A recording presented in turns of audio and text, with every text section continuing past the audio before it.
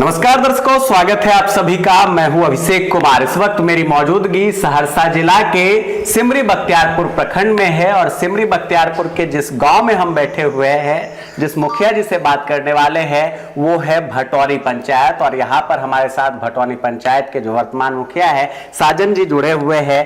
बात इनसे होगी आज 4.5 साल के विकास कार्यों की, साथ ही साथ चूंकि आगामी समय में फिर से पंचायत चुनाव आने वाला है तो उसको लेकर साजन जी की क्या तैयारियां है, कितना विकास हुआ और कितना काम रुका हुआ है। लेकिन अगर आप भटौनी आते हैं और कुल मिलाकर सिमरी बख्तियारपुर की तरफ से आए, आप सोनबरसा राज की तरफ से आए, तो चमकता हुआ पंचायत सरकार भवन, जगह जगह स्ट्रीट लाइट जो है, सोलर लाइट जो है वो आपको जगमगाती दिख जाएगी। बहुत बहुत स्वागत है साजन जी। सीधे सवालों पर आते हैं। ये बताइए, बड़ी उपलब्धि एक आप लोगों ने हासिल की और जहां तक मुझे लगता है कि और भी बहुत कुछ किया जा सकता था, तो सबसे पहले तो उपलब्धियों के बारे में बताएं कि 4.5 वर्षों में जो वादे आप लोगों के रहे और जो काम आप लोगों ने किए उस पर कितने % आप लोग खड़े उतर पाए हैं। सबसे पहले आपको चैनल को हमारे तरफ से नमस्कार जी, धन्यवाद।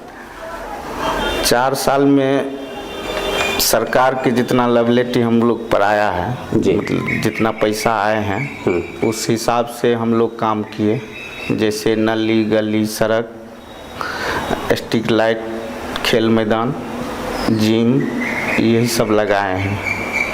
तो ये सारे काम जो है वो मतलब धरातल पर उतर चुके हैं जी। और पहले की स्थिति अगर हम देखते थे तो आप क्या मानते हैं, कितना बेहतर आप कर पाए? पहले से बहुत ज़्यादा बेहतर हुए हैं पंचायत। 20 साल पहले जो था पंचायत उससे बहुत ज़्यादा हम लोग उसमें जो है अति किए हैं। अभी प्राइमरी क्या मानते हैं आप, अब क्या काम होना चाहिए ताकि ये गांव, पंचायत, वार्ड जो है आपका और ज़्यादा विकसित हो? अभी ब्याह भवन बन जाना चाहिए कम से कम। सरकार की लागत से शादी भवन जो बने तो अति उत्तम होगा पंचायत के लिए। हॉस्पिटल में डॉक्टर नहीं है, ये आना चाहिए हॉस्पिटल के लिए। जैसे हॉस्पिटल बनवा दिए हैं उसमें उप स्वास्थ्य केंद्र बने हुए हैं लेकिन डॉक्टर उपलब्धता नहीं है। कई बार हम चिट्ठियों दिए हैं लिखितों में, तो अभी तक उस पर कोई सुनवाई नहीं हुआ है। चलिए, अभी बहुत बड़ा उलटफेर बिहार की राजनीति में हुआ। नीतीश जी ने अपनी सत्ता छोड़ी और अब सम्राट जी के हाथों में कमान आई है। कहा जा रहा है कि युवा चेहरे हैं और आप भी युवा हैं, तो क्या उम्मीद करते हैं युवा से कि क्या ये जो चाहे डॉक्टरों की कमी का मामला आप उठा रहे हो या आप कह रहे हो कि विवाह भवन हो, इन सब पर वो ध्यान देंगे जो पंचायती राज मंत्री है वो लोग? हाँ, वो तो ध्यान देंगे, वो काम करेंगे। कुछ सजेशन जो एक गांव के प्रतिनिधि होने के नाते आप देना चाहते हो? हम क्या सजेशन देंगे इसके बारे में? सरकार के अपनी राय होती है, मतलब पंचायत से जो बात होगी तो होने के बावजूद अगर समय वैसा मिलेगा तो कहा जाएगा। देखिए, बिल्कुल कुल मिलाकर आप मान सकते हैं कि अगर चूँकि नई सरकार गठित हुई है, सरकार नई भले ही है, मुख्यमंत्री चेंज हुए हो, लेकिन सरकार जो है वो पुरानी है। थोड़ा अनुभव, जिस तरह से सम्राट जी ने शपथ ग्रहण के पहले और आप कहेंगे कि शपथ ग्रहण के जस्ट बाद कहा कि रफ्तार विकास की दोगुनी होगी, गांव के विकास पर पूरा ध्यान दिया जाएगा। और कुल मिलाकर यही सपना महात्मा गांधी का भी पहले कभी था कि गांव अगर विकसित होगा तो शहर और देश अपने आप विकसित हो जाएगा। एक सवाल मेरा आपसे और है, अभी हम लोगों ने देखा कि चुनाव के समय में बहुत सारे वादे बहुत सारे मुखिया करते थे, भाई हम बन जाएंगे तो गांव में कहीं आपको जो है कच्ची सड़क नहीं दिखेगी, सारी गली को बनवा देंगे, सारी नली बन जाएगी, हर चौक चौराहे पर स्ट्रीट लाइट उपलब्ध हो जाएगा, लेकिन कहीं ना कहीं चूक जाते हैं। तो क्या फंड का अभाव था सिर्फ या कुछ और कहीं दिक्कत रह गई? फंडे का अभाव है, जनता की मतलब फंड जितना आता है उसमें पूरे पंचायत को टेकअप नहीं कर पाते हैं, पर्याप्त नहीं हो पाते हैं। और जनता सवाल तो करते हैं, तो उसको क्या कहेंगे? जिस हिसाब से फंड आते हैं उस हिसाब से हम लोग काम करते हैं। अच्छा, एक चीज़ बताइए कि पंचायत में जो सबसे अच्छी चीज़ आपने सीखी है अभी तक वो क्या है, और आपको क्या लगता है कि और किस तरह से आप लोगों को जो अपनी आवाज़ है, अपना काम है, अपनी मांग जो है अधिकारी सरकार को देना चाहिए? क्या सबसे अच्छा चीज़ अभी तक क्या सीखा है आपने? सबसे अच्छा चीज़ तो मतलब लोग का लवलिटी मतलब बात करने का तरीका और गुणवत्ता, मतलब जो हम लोग जो समाज हमको दिए हैं उस पर हम लोग खरा उतरे हैं। अच्छा, ऐसा क्या है, हम तो काफ़ी समय से आपसे मिलते रहते हैं, पुराना टर्म हो या अभी की बात हो, तो जो साजन जी पहले दिखते थे, क्योंकि आरोप लगाने वाले लगाते हैं कि मुखिया जी एक बार बन गए, उसके बाद मुखिया जी के तेवर और सारी चीज़ें बदल जाती है, तो साजन जी में इतना कैसे ये व्यवहार आता है कि जैसे पहले थे, मुखिया रहे ना रहे, लेकिन जैसे आम दिनों में लोगों से बात करते हैं, मिलते जुलते हैं, वैसा ही आप मैनेज रख लेते हैं? उसी तरह से अभी भी हम मिलते हैं। ऐसा नहीं है कि मतलब हम मुखिया बन गए तो मतलब अथी कर गए, ऐसा बात नहीं। पैसा वैसा कमाए पंचायत से? हाँ? वो सब कहाँ नहीं हो रहा है। तो ये अच्छा ये बताइए, चूँकि चुनाव का समय आएगा और लोग आरोप ये लगा सकते हैं कि भाई भ्रष्टाचार पंचायत में हुआ, क्योंकि उनको चुनाव लड़ना है। आप क्या कहेंगे जो आपके भटौनी पंचायत की जनता है उनसे, कि आप अपने आप में कितने आश्वस्त हैं कि आपने अपना 100% योगदान दिया है पंचायत को? पंचायत में देखिए, हमको जितना सरकार फंड दिए हैं उस हिसाब से हम ठीक ठाक काम किए हैं, उसमें कहीं से ना ही गलत किए हैं ना ही कुछ किए हैं। अब आदमी को तो जो मन में आएगा तो बोलवे करेगा, क्या कि उसको समझ में है नहीं, उसको चुनाव लड़ना है, आरोप तो लगाएगा। इसके लिए तो आम जनता फ्री है, आम जनता फ्री। अच्छा, क्या लगता है जो परिश्रम रहा है इस पंचवर्षीय में, अब 5 साल पूरे होने वाले हैं आपके, फिर से चुनाव प्रक्रिया में जाएंगे, और अभी हम आपके घर पे आए, देखे बच्चे पढ़ रहे थे ट्यूशन, तो ये भी तैयारी करते हैं अपने एग्जाम का, आप लोगों ने भी तैयारी किया है अपने एग्जाम का, क्या लगता है इस बार पास या फेल क्या होना है?